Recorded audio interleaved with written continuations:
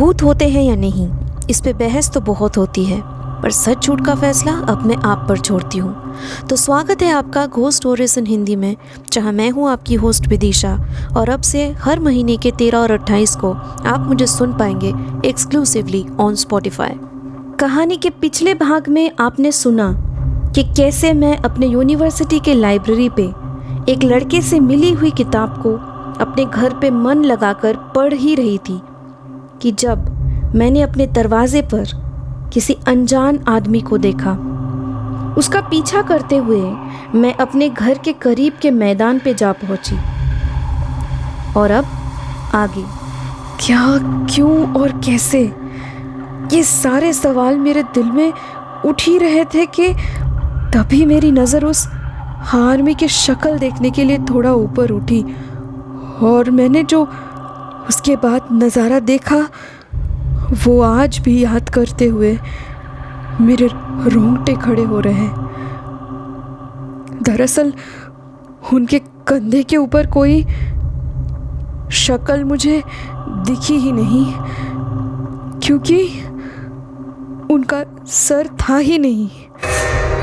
एक बिना सर का आदमी यूं मेरे इतने करीब एक घोड़े पर सवार हुआ खड़ा था।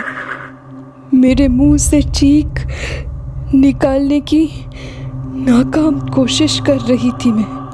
गले में जैसे कुछ अटक गया हो, मानो मैं अभी बेहोश हो जाऊंगी और सच में मेरे आंखों के सामने धीरे धीरे अंधेरा सा छा गया।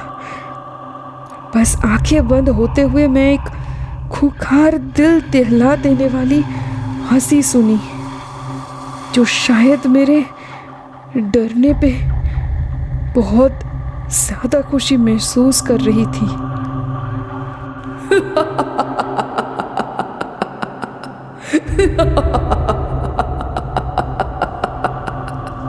मेरी आँख तब खुली जब मेरे भाई की आवाज़ मेरे कानों में गूंजी।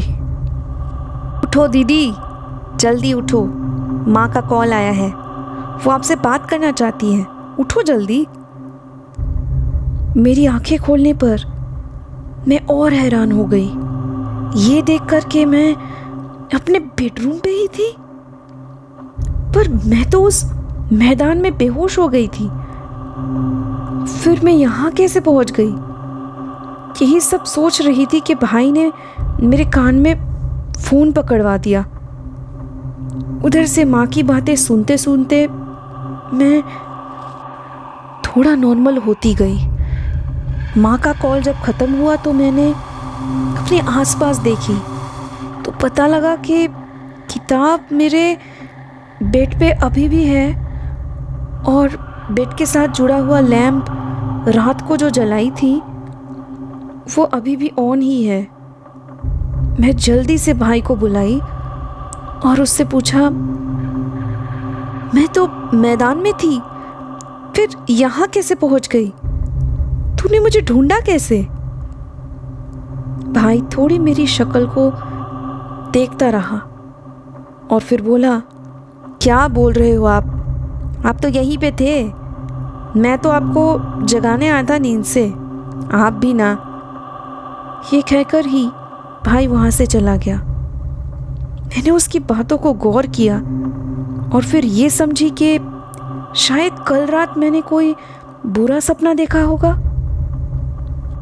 थोड़ा खुद के बेवकूफ़ी पर हंसकर मैं ब्लैंकेट उठाकर बिस्तर से उतरने ही वाली थी कि मेरे ब्लैंकेट के नीचे बिस्तर पे मुझे मिट्टी और धूल मिले।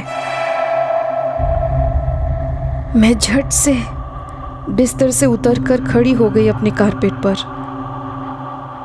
और फिर मैंने पूरी ब्लैंकेट एकदम से उल्टा करके ज़मीन पे फेंक दी। और उसके बाद मैंने जो देखे उसने मुझे पल भर पहले मिली हुई सुकून को एक बार फिर से दहशत में बदल दिया। पूरे बेड पे घास, मिट्टी और धूल जगह जगह पे फैली हुई थी। मैंने अपने पैरों पे नज़र डाली तो वो भी धूल से लिपटी हुई थी। ये सबूत ही मेरे लिए काफ़ी थे ये जानने में कि जो कुछ भी मैं सपना सोचकर टाल रही थी वो कोई सपना नहीं, बल्कि मेरे साथ कल रात घटी हुई एक डरावनी घटना है। कुछ पल सोचने पर मुझे यकीन हो गया कि हो ना हो ये सब कल रात मेरे कहानी पढ़ने से शुरू हुई थी। आखिर इन सब के पीछे का राज क्या है, ये जानने के लिए मैं उसी दिन यूनिवर्सिटी के लाइब्रेरी में पहुंच गई।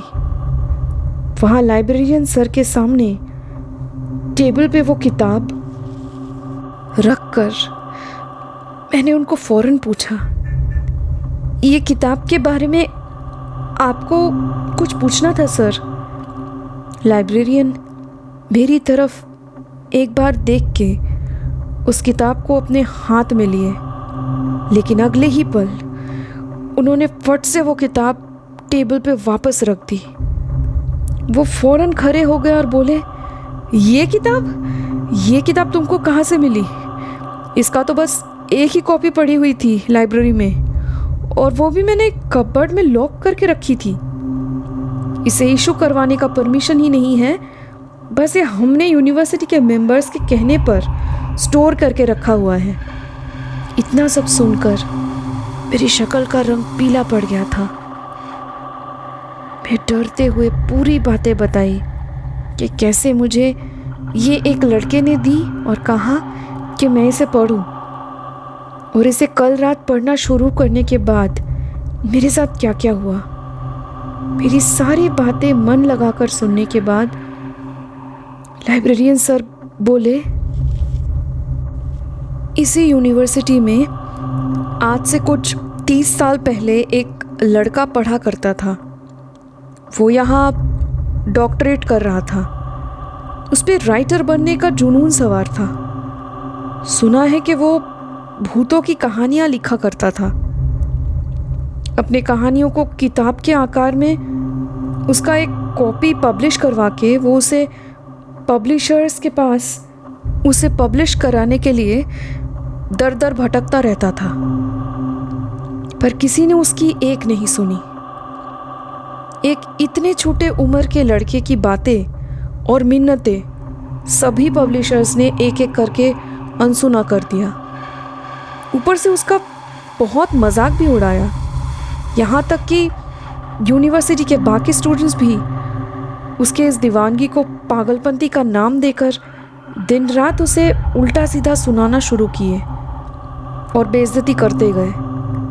इन्हीं सब बातों से तंग आकर उसने एक दिन खुदकुशी कर ली, पर जाते जाते उसने कुछ दोस्तों और पहचान वालों को ये कहा था कि देखना, मेरी कहानियों का मोल आज कोई नहीं समझ रहा, पर मेरी कहानियों में ऐसी डरावनी सच्चाई अब से सबको महसूस होगी कि उनके होश उड़ जाएंगे। वो उन रूहों और आत्माओं को अपनी आंखों से देख पाएंगे, उनको सुन पाएंगे और उन्हें महसूस भी करेंगे। और जब ऐसा सच में होगा, उस दिन तुम सब मेरी कदर समझोगे। मेरे किताब के तब होंगे चर्चे।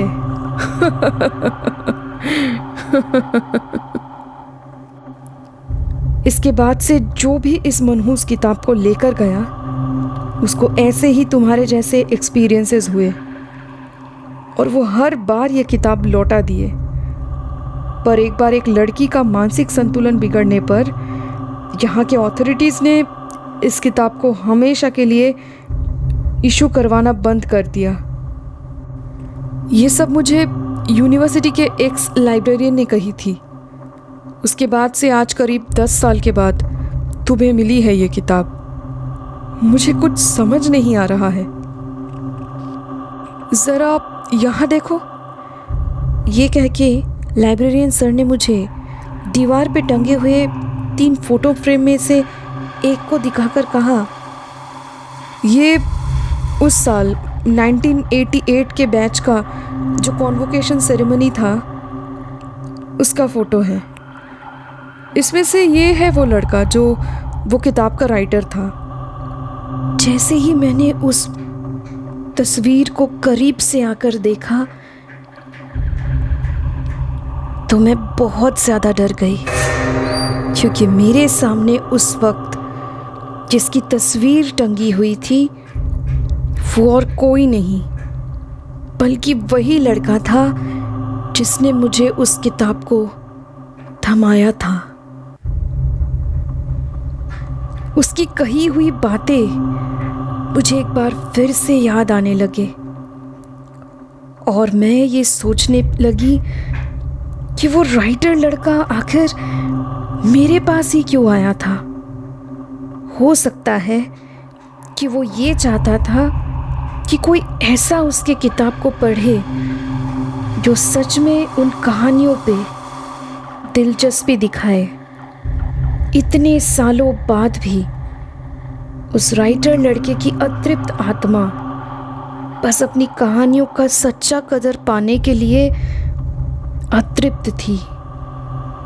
वो हर बार अपने किताब को पढ़वाने के लिए शायद यूं ही सबको प्रोत्साहित करता होगा। मैं ये सब बातें मन ही मन दोहराती चली गई, पर ना मैं उस दिन ये सब कुछ लाइब्रेरियन सर को बता पाई और ना आज भी मैं ये किसी को भी बता पाई हूँ, क्योंकि वो शायद मुझे यकीन ही नहीं कर पाते। पर हाँ, उस दिन से आज तक जब भी मैं कोई किताब को यूं ही खरीदने या पढ़ने के लिए मन बनाती हूँ तब मुझे ये घटना ज़रूर याद आती है। अगली बार से आप भी कोई ऐसा किताब पढ़ने से पहले मेरी ये एक्सपीरियंस याद रखिएगा। ये थी आज की पैरानॉर्मल कहानी। आई होप आपको ये पसंद आई होगी। आज ये घोस्ट स्टोरीज इन हिंदी को स्पॉटिफाई पे फॉलो करें, जहां मैं आपके लिए लाऊंगी ऐसी कहानियाँ जो आपके डर के परिभाषा को बदल के रख देगी।